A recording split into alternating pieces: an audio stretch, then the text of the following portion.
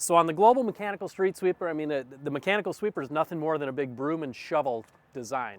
So you have your side brooms actually pulling the material out of the curb line in front of the pickup broom. The pickup broom is sweeping that material onto some form of a dustpan or something where your conveyance system is going to grab that and load it into the hopper or the container.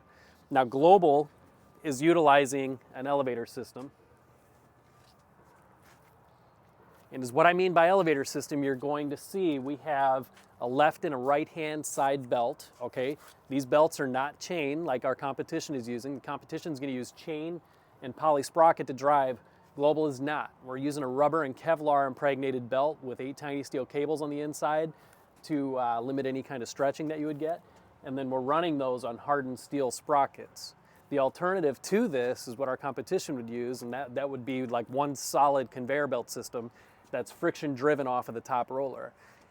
The reason I point that out is you can imagine all the dirt and water that's being picked up by that conveyor belt system that the competition is utilizing. Once you start to get those friction driven rollers wet and things like that, then under load, those conveyor belt systems can slip. So in many cases, I'll hear users say that in wetter conditions, they won't go out and use a conveyor belt system for that reason, where it'll slip.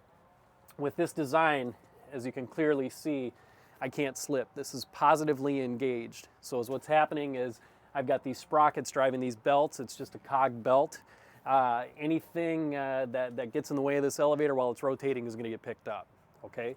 Now there are times you might have some different debris, larger objects or things like that no different than any other machine can get in there and interfere with that rotation. That's not a problem. Everything is relief valve protected.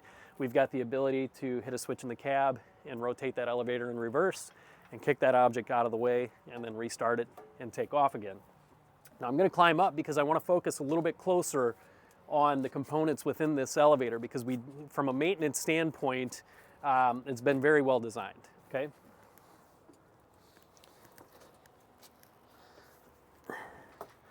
So as I climb up into here, the first item that I want to show is going to be the upper elevator shaft. Now the reason I'm showing that upper elevator shaft is because these belts, they are wear items. Now Global does give a wear guarantee on the belts and the sprockets, but at some point they're going to wear and you're going to have to go ahead and change those.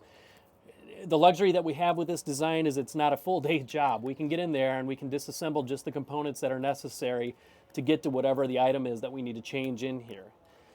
If I'm doing a full change out of these elevator belts, I can go through and first remove by taking out the bolts. I can remove each elevator flight. This machine is set up with 11 flights, okay? I can go ahead and I can remove all 11 flights. I can back the tension off on that upper shaft and lower it, but then come over to the center shaft, take these 4 bolts out, and drop that disc out of the middle. And by removing that disc, I have the ability to take these belts, literally slide them off the sprocket in between the shaft to remove those. The lower shaft is set up exactly the same way with a split shaft. So it simplifies that job that hopefully you're not doing, for at least 2,000 hours before you're ever changing any kind of belts. Now back to these flights, I like to point this out because I was talking earlier about some of the advantages over conveyor belt systems. With a conveyor belt, you're one solid piece. Again, that's what the competition is using. The issue that they would run into is if the operator was out sweeping today and hit a pile of leaves and didn't realize that he had a cinder block laying in those leaves, he could damage that belt. And if he damaged that belt, they've got to go back, park the sweeper until they can repair or replace the belt. The luxury that we have on the Global by having an elevator system is if I went out today and I hit something hard enough in that same pile of leaves that's going to damage or bend one of these flights, if that flight is bent to the point that it's not functional, I can go back and actually just remove that single flight and go back out and sweep with 10 elevator flights on here. And I'm not going to notice a difference sweeping, and I'm going to be able to finish the job, and I'm going to be able to make the repair when the machine is down and when I have time to do so. Okay, so a couple of big advantages as noted are going to be the ability to continue use even if there's some damage, and then the accessibility and maintenance that I need to get to this when I do need to do a repair job or a maintenance job on the elevator system. Now also in this elevator system, I do want to point out the sprockets that we have, because these sprockets, no different than we do the split shaft, we do split sprockets. The nice part about that, again, it's a hardened steel sprocket. We give a wear guarantee on these sprockets as well, but we do realize that something could damage, be damaged, or maybe there's a defect when it's made. If we do have to change anything on those sprockets, and just the sprocket alone, I don't have to disassemble this whole elevator to get to that sprocket. With it being a split sprocket, you're going to notice the two bolts, and then you can actually see where that sprocket is split.